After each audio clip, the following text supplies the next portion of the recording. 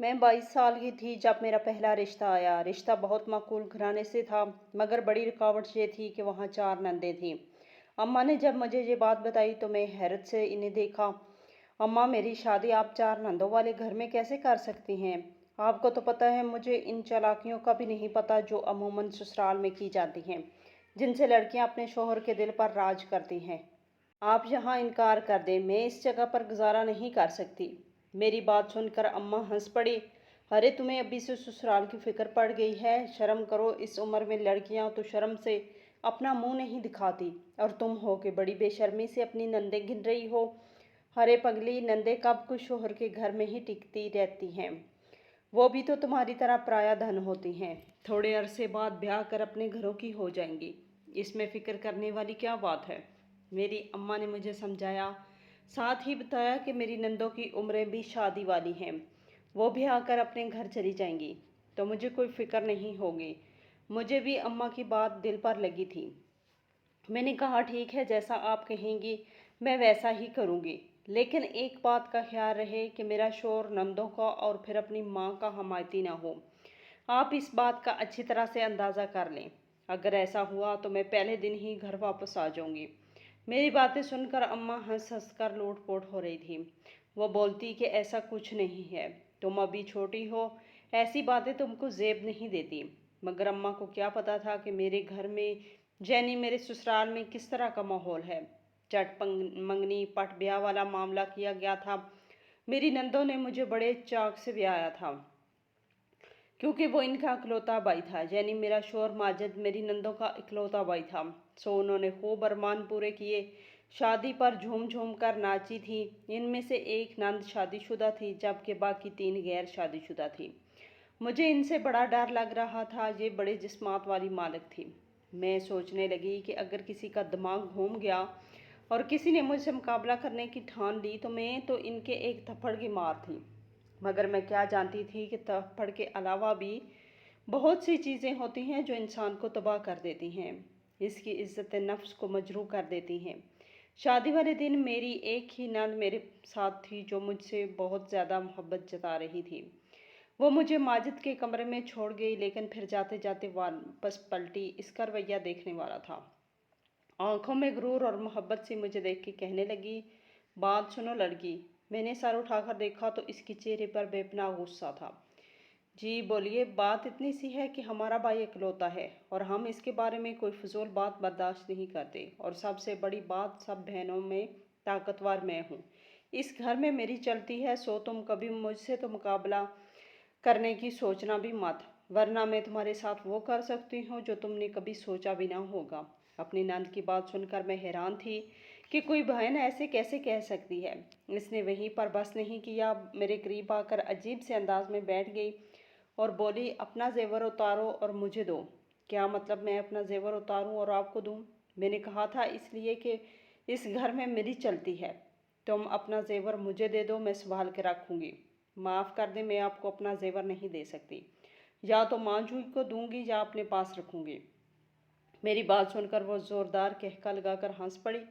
इस घर में सिर्फ मेरी चलती है, तुम्हें बात समझ नहीं आ रही? ये कहकर इसने मेरी तरफ हाथ बढ़ाए और खुद ही कंगन उतारना शुरू कर दिए।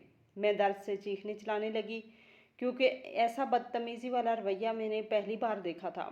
मुझे तो बहुत बुरा लगा। मेरी चीखें सुनकर मेरी सास और शोहर भी कमरे में आ गए। उन्होंने आते ही मुझसे सवाल किया, क्या हुआ बेटी, तुम रो क्यों रही हो? मैंने कहा, आपकी बेटी मेरा जेवर उतार रही है, मुझे दर्द हुआ है तो मैं रो पड़ी। मेरी बात सुनकर वो लड़की चीखने चिल्लाने लगी, देखिए अम्मी, ये फसाद पहले दिन ही से हमारे घर में फूट डलवा रही है। मैं भला इसका जेवर क्यों उतारूंगी? खुद ही मुझे कह रही है कि मुझे गर्मी लग रही है, मेरी चीज़ें उतार दो। मेरी सास ने जब ये सुना तो अजीब सा मुंह बनाते हुए कमरे से चली गई, जबकि वो लड़की भी उठकर वहां से चली गई। मेरा शोहर मेरे पास आया और कहने लगा, देखो, मेरी सब बहनों में से माजवी बहुत अच्छी है, मेरा बहुत ख्याल रखती है, सो तुम भी इसका ख्याल रखना।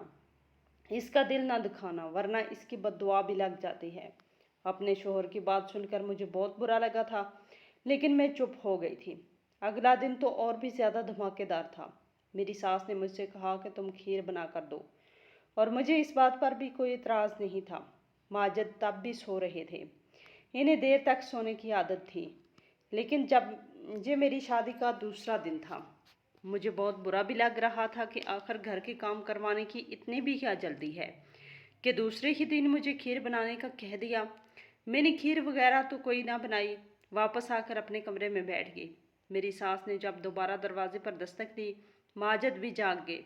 मैंने सोने का नाटक कर लिया। मेरी सास कहने लगी कि मैं तुम लोगों को नाश्ते पर बुलाने के लिए आई थी। अब इनकी चाल तो नाकाम हो गई थी, मगर वो मुझे आंखों ही आंखों में गुस्से से देख रही थी।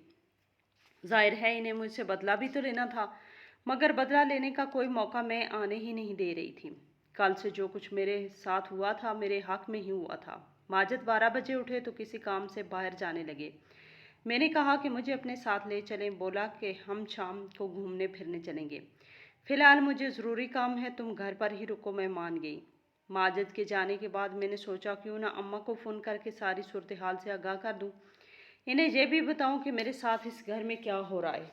मेरी आदत थी कि मैं जब से भी अम्मा से बात करती बहुत खुफिया तरीके से करती थी। आज भी मैंने ऐसा ही किया। माजिद के जाने के बाद मैंने दरवाजे को कुंडी लगाई और अम्मा को कॉल मिलाई। अम्मा से मेरी बात हुई तो मैंने हंस हंस कर इन्हें शादी की सब बातों के बारे में बताया कि यहाँ पर मेरी नर ने क्या तमाशा किया और सास का क्या रवैया था। मेरी इन्हीं बातों को भी तकरीबन 2 मिनट ही गुजरे थे कि मेरे कमरे की दरवाजे पर हल्की हल्की दस्तक होने लगी। ये शायद मेरी नंद ने दस्तक दी थी। भाभी दरवाज़ा खोले, अम्मा कह रही हैं कि थोड़े से बर्तन हैं धो दो। ये बात सुनकर मुझे बहुत गुस्सा आया। मैं अभी 2 दिन की दुल्हन थी और इसकी माँ मुझसे घर के बर्तन धुलवाना चाह रही थी। मैंने कहा, देखा अम्मा, आप देख रहे हैं कि आपने कहा था ये नंदे कुछ नहीं करती, लेकिन ये तो जहर की पुड़िया है जो ले दे के मेरे पीछे पड़ गई है। मैं ये बातें अम्मा से ऐसे कर रही थी जैसे कोई बहुत खुशगवार बात कर रही हूँ।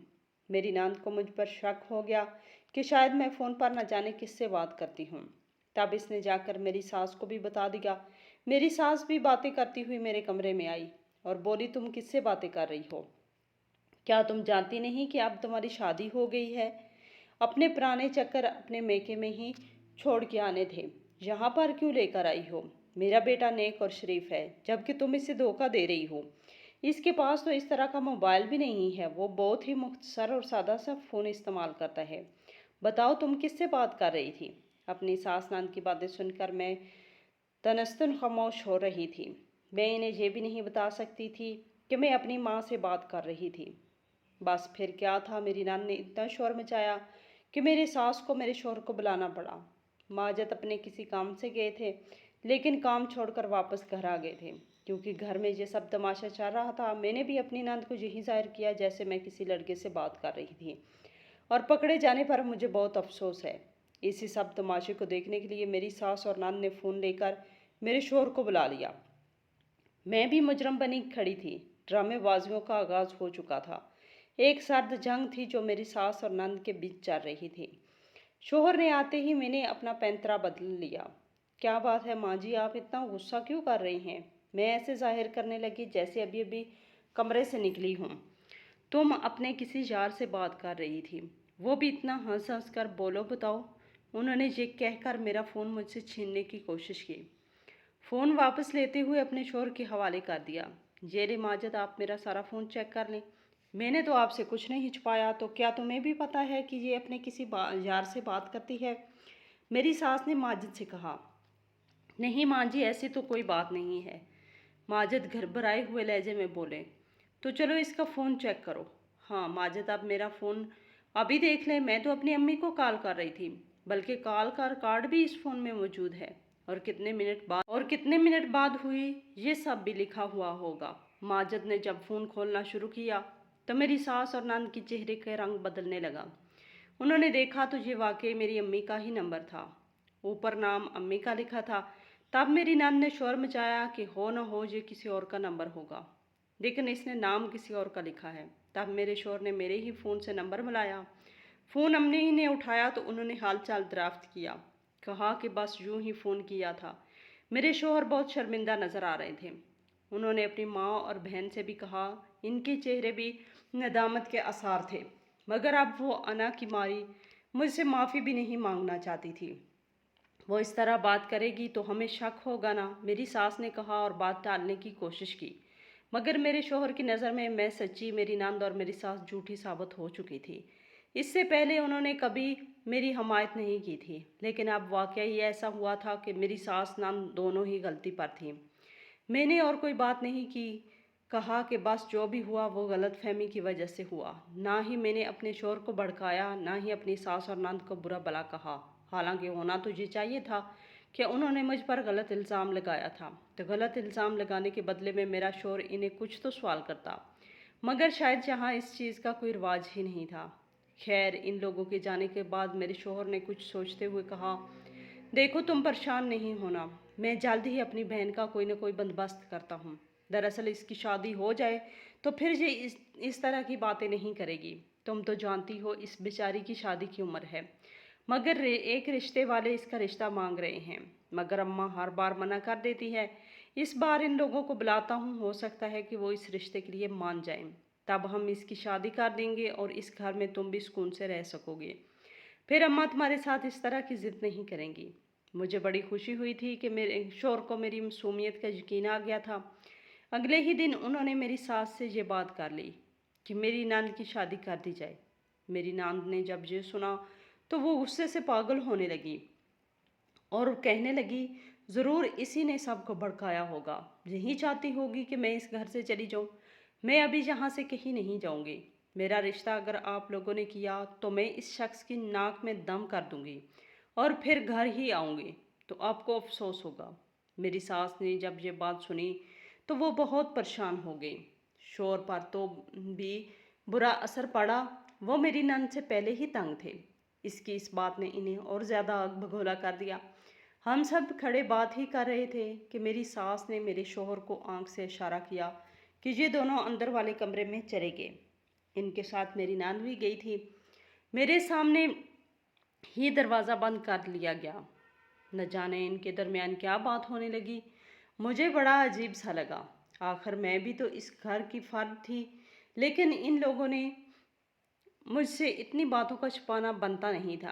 तकरीबन आधा घंटा दरवाज़ा बंद करके बातें करते रहे। इसके बाद दरवाज़ा खुला तो मेरी नंद के चेहरे पर खुशी के फूल बिखर रहे थे। वो तो इतनी खुश थी कि मैं बता भी नहीं सकती। इसके चेहरा लाल सुर्ख हो रहा था, जबकि मेरी सास भी खुश थी। मेरे शौहर मामूल के मुताबिक अपने किसी काम से चले गए, जबकि मेरी सास ने आकर मुझे बताना शुरू किया कि कल रिश्ते वाले आ रहे हैं, सो इनके सामने तुम अच्छे से खाना बनाकर पेश करना। और हाँ, मैंने तो सुना है कि तुम्हारी कुकिंग बहुत अच्छी है, इसलिए बेहतरीन से बेहतरीन खाना बनाना। मैं खुश हो गई थी। मेरी नंद बहुत ही फोड़ थी, इसे तो खीर बनाना भी नहीं आती थी। पहले दिन मैंने खीर बनाई तो इसने सब घर वालों को यही कहा कि ये खीर भाभी ने नहीं, मैंने बनाई है। जबकि अब जब इसके सब रिश्ते वाले आ रहे थे, मेरी नंद बजाय कुछ सीखने के उल्टा मुझसे लड़ाई झगड़ा करके करना चाहती थी कि मैं इनके लिए खाने को कुछ बना लूं। और ऐसा तो हो नहीं सकता कि सारे काम मैं ही करूं। मैंने अपनी नंद से कहा कि रिश्ता तुम्हारा आ रहा है, तुम भी थोड़ा हाथ बटाओ। मैं खाने तो बहुत उम्दा बनाती हूँ, लेकिन मुझे इस सब में वक्त लगेगा। मगर ढिठाई की हद तो तब हो गई जब वो कहने लगी, भाभी तुम खाना बनाकर फ्रिज में रख देना, इन लोगों ने वैसे भी कल आना है, बाकी चीज़ें इसी वक्त फ्राई कर लेंगे। मैंने कहा, मैंने दिल ही दिल में सोचा कि ठीक है, मैं भी तुम्हें वो मज़ा चखाऊंगी जिसका तुमने सोचा भी नहीं होगा। मैंने खाना बनाना शुरू किया, मगर इस सब में नमक बहुत तेज़ रखा था। मैं जानती थी कि मेरी सास खाने में मेरी नंद के ससुरालियों से यही कहेंगी कि ये खाना मेरी बेटी ने बनाया है, और फिर जो होगा वो तुम्हें सोच ही सकती थी।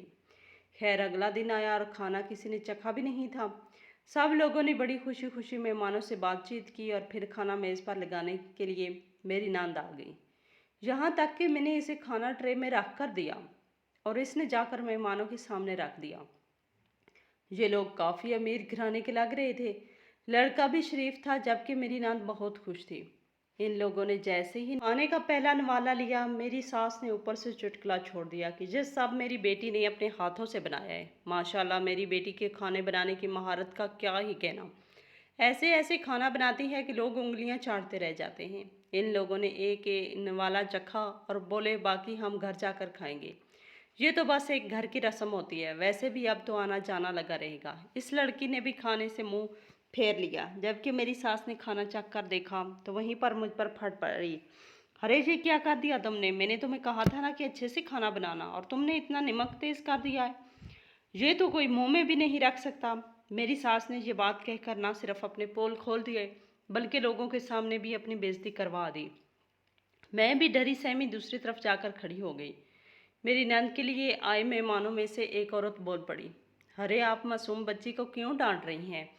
आपने तो कहा था कि खाना आपकी बेटी ने बनाया है। जी मेरी बेटी ने नहीं बनाया। लेकिन बस बस रहने दीजिए। मुझे अपने घर की बातें करना अच्छा नहीं लगता। मेरी बेटी बेचारी दिन भर काम करती रहती है, लेकिन मजाल है कि ये औरत इसके लिए ज़रा भी कोई मदद करने का सोचे भी। इस औरत ने जब ये बात सुनी तो वो बहुत परेशान हुई। एक घर में अब रिश्ता लेने जाए और वहाँ इतनी बदमज़गी हो जाए, वहाँ बैठने का कोई तुक ही नहीं बनती। इस तरह के लोग ऐसी जगहों पर रिश्ता करते हैं, और वो लोग वैसे भी बहुत अमीर लग रहे थे। मेरे सास को अपने किए की सज़ा मिल चुकी थी। ये लोग उठकर वहाँ से चले गए थे। मेरी सास ने चीख चीख कर आसमान सर पर उठा लिया था। बोली कि तुमने नमक क्यों तेज रखा था, जबकि मैंने तुम्हें कहा था कि मेहमान आ रहे हैं, खास ख्याल करना। अब मेरी सास मुझे कुछ कह भी नहीं सकती थी, क्योंकि सबके सामने मुझे तस्लीम कर चुकी थी कि ये खाना मैंने नहीं बल्कि अब मेरी नंद ने बनाया है। मेरी नंद भी बहुत परेशान थी, क्योंकि शायद ये लोग इसके पसंदीदा थे। वो लड़का जिसे ये पसंद करती थी ये इसी के माँ बाप थे। लेकिन अब इन बातों का कोई फ़ायदा नहीं था। मेरे शोहर ने कहा कि जब खाना आपने खुद बनाया था तो फिर अब माजबी पर क्यों गुस्सा कर रही हैं? मेरी सास अपनी ही बात पर झूठी पड़ गई, सो उन्होंने खामोशी इख्तियार कर ली। मगर मेरी नंद ने जो किया वो तो काबिले यकीन नहीं था। इसने आकर मुझे बालों से पकड़ा और मुझे घसीटने लगी। तब मैंने रोना धोना शुरू कर दिया। मैं फ़ौरन वॉशरूम की तरफ भागी। मैं जब वापस आई तो मैंने ववीला मचा दिया। मैं आपको क्या बताऊं माजिद, मैं उम्मीद से थी, अभी अभी मैं आपको ये बात बताने ही वाली थी, लेकिन अब वो उम्मीद ख़त्म हो चुकी है, क्योंकि आपकी बहन ने मुझे बालों से पकड़कर घसीटा है और धक्के दिए हैं। ये बात सुनकर मेरा शोर आग बगोला हो गया। तुमको शर्म नहीं आई तो मेरी औलाद की दुश्मन बनी हो। वो मेरी नंद से पहली बार इस लहजे में बात कर रहे थे। तुम्हें किसने हक दिया है कि तुम मेरी बीवी पर हाथ उठाओ? मेरा शोर गरजते हुए बोला। मैं कुछ बोलता नहीं हूँ तो इसका मतलब ये नहीं कि तुम लोग मेरे सर पर ही चढ़कर सवारी करने लगो। वो मेरी बीवी है, मेरी इज्जत है, मेरे होने वाले बच्चे की माँ है। तुम लोगों को ज़रा शर्म नहीं आती किस तरीके से बात करते हो?